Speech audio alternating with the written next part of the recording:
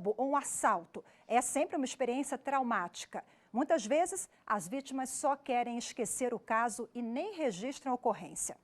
Mas é preciso ficar alerta porque denunciar o crime às autoridades pode ajudar a evitar que outras pessoas passem pela mesma situação.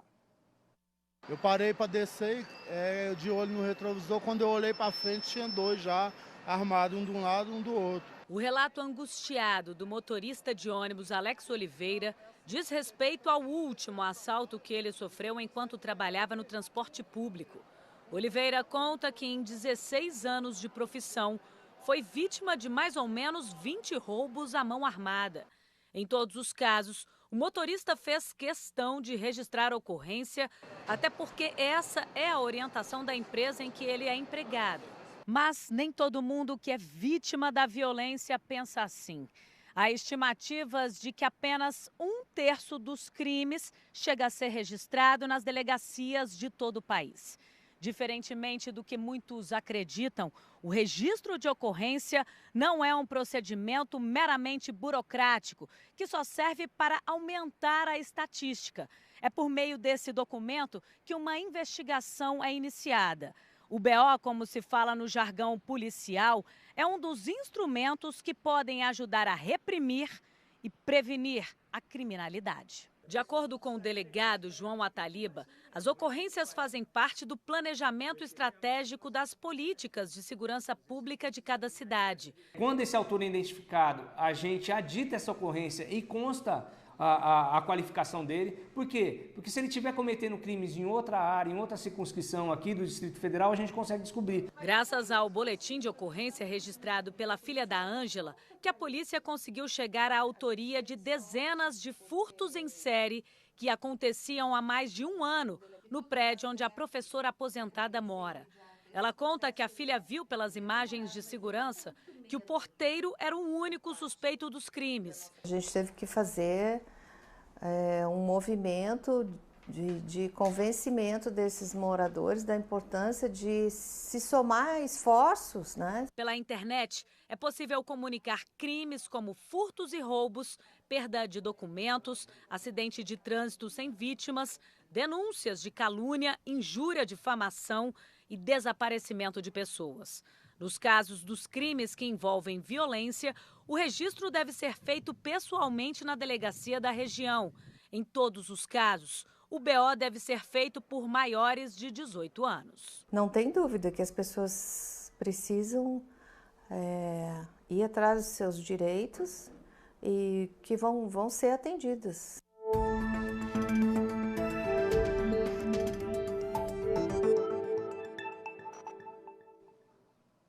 Bom, e para detalhar o assunto, repercutir a reportagem que acompanhamos agora, eu recebo aqui no estúdio o advogado Amaury Andrade.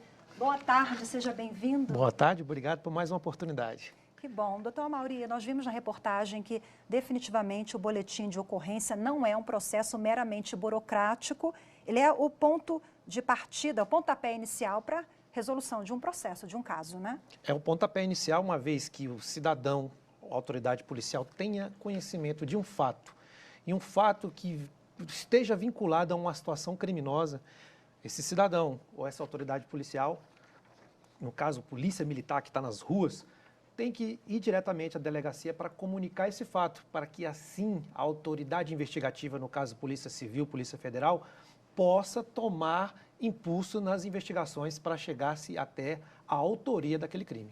Temos aqui um termo, né, chamado cifra negra da criminalidade. Eu queria que você explicasse o que significa isso. Tem relação com essa possível subnotificação? Perfeitamente. A cifra negra é justamente quando o cidadão tem conhecimento do fato e ele não comunica à autoridade policial para chegar à autoria criminosa. Isso traz uma sensação de impunidade, de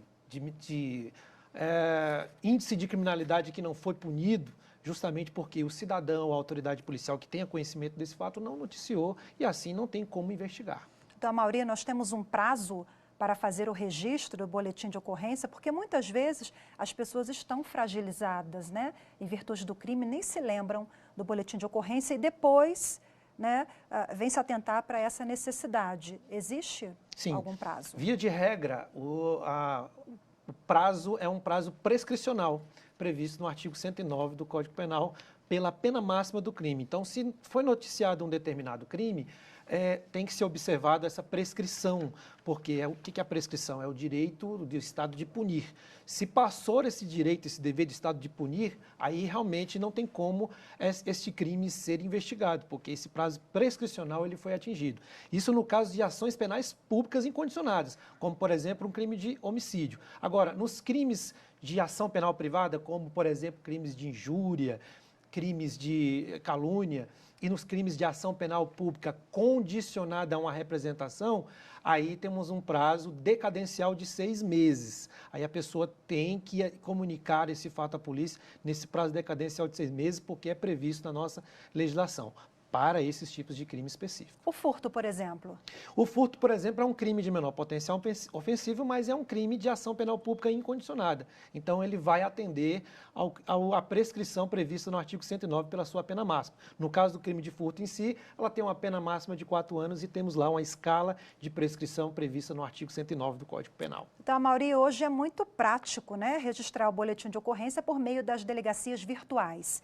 Qualquer crime pode ser registrado nessa plataforma? Perfeitamente. Nós temos as delegacias virtuais, ou também chamadas de interativas, em que pode ser registrados os crimes, ou registrar as ocorrências dos crimes. Porém, via de regra, a ocorrência para ser registrada nessas delegacias virtuais serão crimes de menor potencial ofensivo, como, por exemplo, crime que foi de furto, uma perda de um documento, né, um extravio de um documento, crimes que não sejam violentos, acidentes que ocorreu, né, sem vítima. Então, são crimes, de certa forma, de menor potencial ofensivo. E vale ressaltar que nas delegacias virtuais, geralmente, nas delegacias virtuais, ela já, de forma interativa, já mostra quais são os crimes que, de fato, o cidadão poderá registrar ali da sua própria residência. Agora, existe alguma diferença em relação à delegacia interativa e aquela delegacia convencional?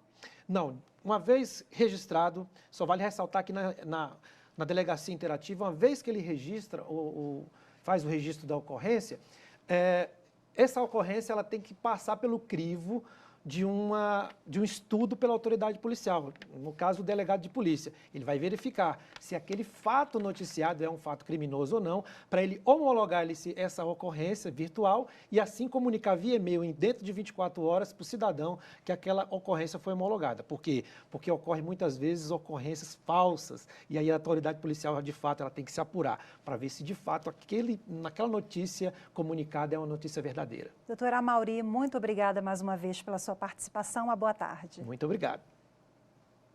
E no próximo bloco, a atuação do Judiciário no combate à violência doméstica. Não saia daí.